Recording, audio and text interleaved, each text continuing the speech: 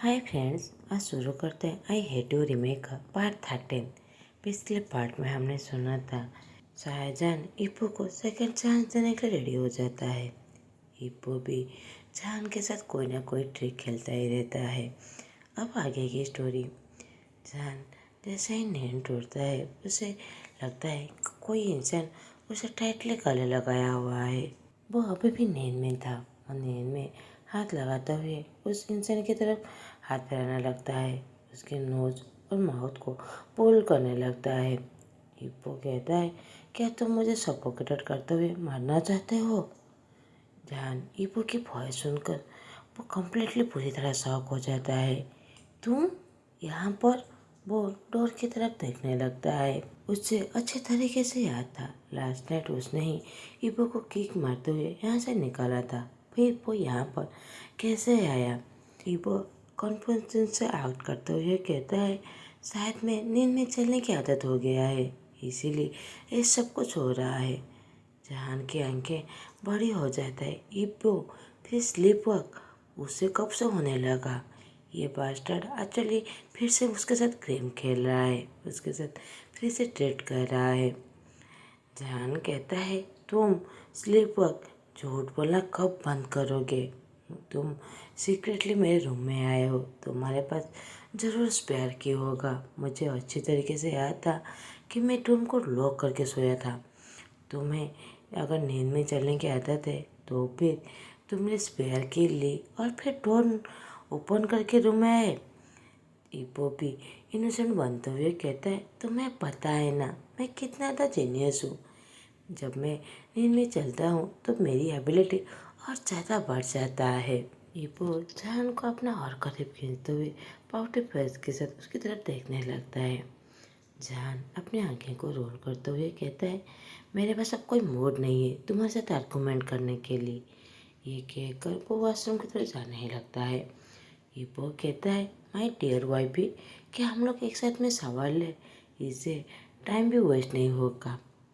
जान उसकी तरफ गुस्से से देखते हुए उसे किक मारते हुए अपने रूम से निकाल देता है और वो सवाल लेने के बाद अपने बेबी की तरफ देखने लगता है। उसे देखते हुए उसके फेस में एक बड़ी सी स्माइल आ जाता है। इसी तरह ही रोक छोक में कुछ दिन बीत जाता है। जहान के पेरेंट्स और इबो के पेरेंट्स आज आने वाले थे। उन लोगों को पता था कि शाहजहान अब 6 मंथ का प्रेग्नेंट है, इसीलिए शाहजहान एयरपोर्ट नहीं जा सकता। इबो सैड होते हुए कहता है, मैं उन लोगों को पिकअप करने के लिए जा रहा हूँ। मेरे पास कोई भी चॉइस नहीं है। हमें कुछ महीने पहले जो भी हुआ उनके सामने सारी बातें करना पड़ेगा। ये सब उसकी ही गलती है। इबो के पेरेंट्स तो मैंग को कभी लाइक भी नहीं किए थे। उन लोगों ने मैंग की असली चेहरा पहले से ही देख चुके थे, इसीलिए वो कभी भी मैंग को पसंद नहीं करते थे। और फिर उसका इन लव, वो तो जब पता चलेगा इस बारे में वो भी इबो को कभी भी लाइक नहीं करेंगे।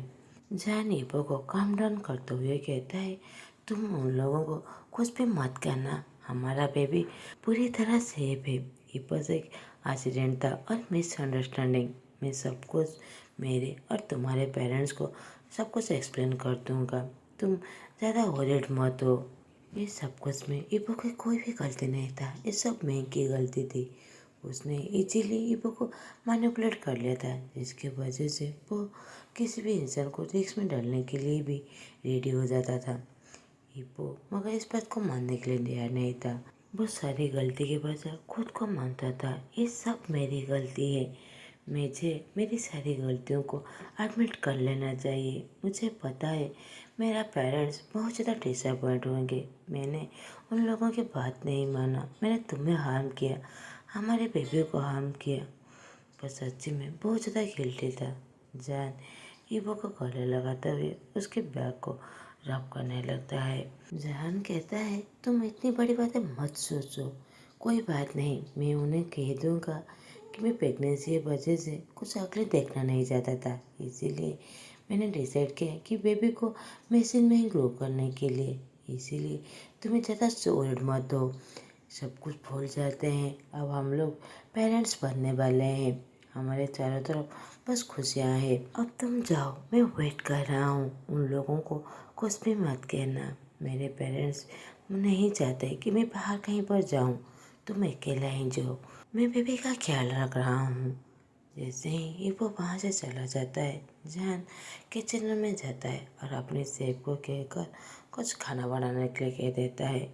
जहान भी बहुत ज़्यादा डरा हुआ था कि वो अपने पेरेंट्स और ईपो के पेरेंट्स के सामने क्या कहेगा। ऊपर से वो ईपो के पेरेंट्स के साथ बहुत ज़्यादा क्लोज भी नहीं है। वो डर रहा था कि अगर ये बात उन लोगों को पता है तो उन लोग कैसे रिएक्ट करेंगे। वो पास्ट की बातें याद करने लगता है, जब उसके फादर ने कहा था इस बेबी का फादर कौन है। जहान को ईपो का फेस क्लियरली याद था, फिर भी वो ईपो की प्रॉपरली इन्वेस्टिगेट किया था। इसलिए ईपो की किस पिक्चर अपने फादर को दिखा देता है। जब उसने इन्वेस्टिगेट किया था तो मैंग के बारे में भी पता चला था, मगर वो अपने फादर को इस बारे में कुछ भी नहीं कहा था। सेकेंड डे जैसे ही उसने एक्सपेक्ट किया था, उसके फादर उसे बोला तो है वही कहते हैं कि उसे ईवो से शादी करना पड़ेगा, क्योंकि बेबी को दोनों पेरेंट्स की ज़रूरत है। जहान भी बिना कुछ कहे उस बात के लिए एग्री हो गया था। दूसरी तरफ ईवो जैसे ही एयरपोर्ट पहुंचता है, वो देखता है उसके सारे पेरेंट्स एक दूसरे से बातें कर रहे हैं।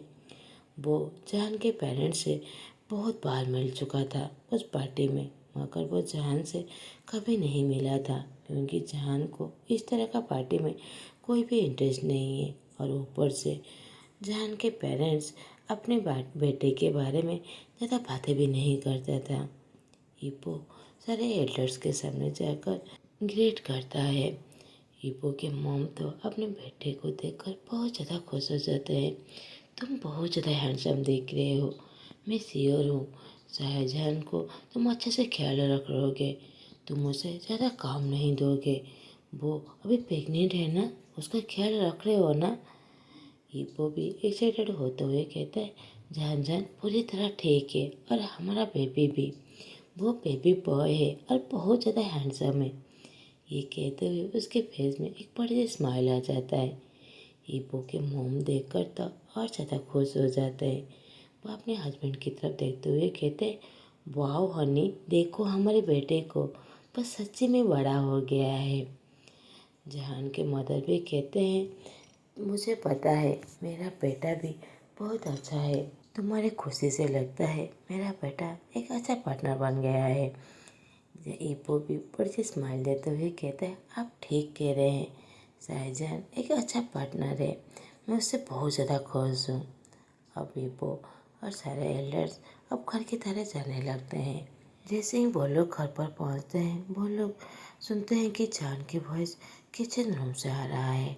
ईपो के मॉम तो ईपो पर ही गुस्सा होने लगते हैं। यू ब्राट, तुम मेरे इन-लॉ का इसी तरह ख्याल रख रहे हो, इसी तरह केयर कर रहे हो।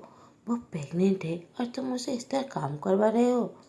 ईपो तो अपनी मॉम को समझाना चाहता था, मगर वो खुद डर जाता है। जान जैसे ही सारे पेरेंट्स की बातें सुनता है, वो किचन रूम से बाहर आ जाता है। सारे एल्डर्स तो जान को उस तरह देखकर वो खुद डर जाते हैं। जान की बेली जब पूरी तरह फ्लैट था।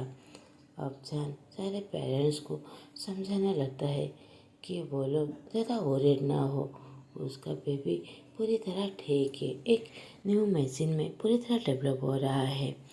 वो कुछ काम के वजह से वो प्रेगनेंसी हालत में ऐसा नहीं कर पा रहा था, इसीलिए वो और उसका हस्बैंड दोनों इस बात को एग्री होते हुए मशीन को बारे में चूज़ किया। जहान सारी बातें एक्सप्लेन कर रहा था, जो सब कुछ छोड़ था, मगर उसके पास कोई चॉइस भी तो नहीं था। वो अभी कोई ड्रामा नहीं चाहता था, मगर जान के पेरेंट्स इस बात पर ठीक से समझ भी नहीं रहे थे। वो अपने बेटे को अच्छी तरीके से जानते थे।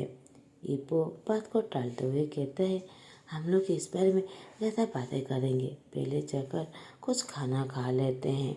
सारे एल्डर्स बहुत ज़्यादा कंफ्यूज थे, अभी साथ में बैठकर खाना खा रहे थे, और खाते वक्त जान सारी बातें एक्सप्लेन करने लगता है। उसके मदर को पता था जान सारी बातें झूठ कह रहा है, मगर अब इस बात की कोई भी मायने नहीं था, क्योंकि ये सब कुछ ऑलरेडी हो चुका था।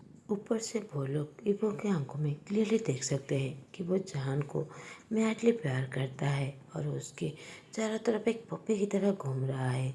उनका बेटा बहुत ज़्यादा लकी है। एक बार जहान ने भी कहा था कि ईपो बहुत ज़्यादा पॉजिटिव और जेलस है, ये तो प्यार में होना ही चाहिए। अब ईपो और जहान दोनों अपने पेरेंट्स को दिखाते हुए कहते हैं, ये हमारा बेटा है, ऑलरेडी 6 महीने का हो चुका है, वो बेबी बॉय है। ये कहते हुए उसके फेस में बड़ी सी स्माइल था। दूसरी तरफ ईपो उसे पीछे से टाइटली गले लगाया हुआ था। उसके फेस में भी बड़ी सी स्माइल था। ईपो कहता है, देखो वो कितना ज़्यादा खुश दिख रहा है और बहुत ज़्यादा नटी भी है। वो स्ट्रेंजर को देखकर बिल्कुल भी डर नहीं रहा है। ये कहते हुए वो जान के नेक को किस कर लेता है। जान थोड़ा सा हर्ट हो जाता है, मगर उसे इस बात की कोई भी परवाह नहीं था कि उसके पेरेंट्स के सामने ये वो उस तरह बिहेव कर रहा है, क्योंकि ये सब की आदत हो चुका था। क्योंकि वो कभी भी शुरू हो जाता था। जहान कहता है, मैं श्योर हूँ वो नॉटी नहीं है, वो बस तुम्हारी तरह है जो फ्यूचर में एक सक्सेसफुल पॉलिटिशियन बनेगा। ईपो जहान को अपना और करीब करते हुए उसके शर्ट के अंदर अपनी फिंगर घुमाने लगता है। जहान विस्पर करते हुए कहता है, मैं तुम्हें गले लगने के लिए दे रहा हूँ, उसके आगे कोई भी नटी हरकत मत करना। ईपो के मॉम भी हंसते हुए कहते हैं, तुम दोनों प्यार से क्या विस्पर कर रहे हो, हमारे सामने इतने ज़्यादा लबे-डुबे बन रहे हो। तुम्हें क्या लगता है तुम दोनों ही हो जो एक दूसरे से प्यार करते हो? मैडम साहब, मुझे लगता है हमें बेबी को ले जाना चाहिए, नहीं तो हमारा ग्रैंडसन इस तरह का बैड मैनर नहीं सीखेगा। जहान तो ईपो के हाथ को पिंच कर लेता है, तो ईपो अपने हाथ को थोड़ा सा दूर कर लेता है, मगर अभी भी वो पूरी तरह जहान को नहीं छोड़ा था। जहान जो पूरे टाइम ब्लशिंग कर रहा था। जहान के मदर कहते हैं, आप ठीक कह रहे हैं, हमें इस तरह अलाउ नहीं देना चाहिए। और वो जहान की तरफ देखते हुए कहते हैं, जहान मेरे साथ चलो, मैं तुमसे कुछ बातें करना चाहता हूँ। अब जहान और उसके मदर वहाँ से चले जाते हैं। जहान कहता है, मॉम आप मुझसे क्या बातें करना चाहते हैं? मुझे तो ये भी याद नहीं लास्ट टाइम आपने मुझसे कब बातें करना चाहा था। उस दिन की थी जब मेरी शादी होने वाला था, आप और फादर ने मुझसे बुलाकर बातें की थी।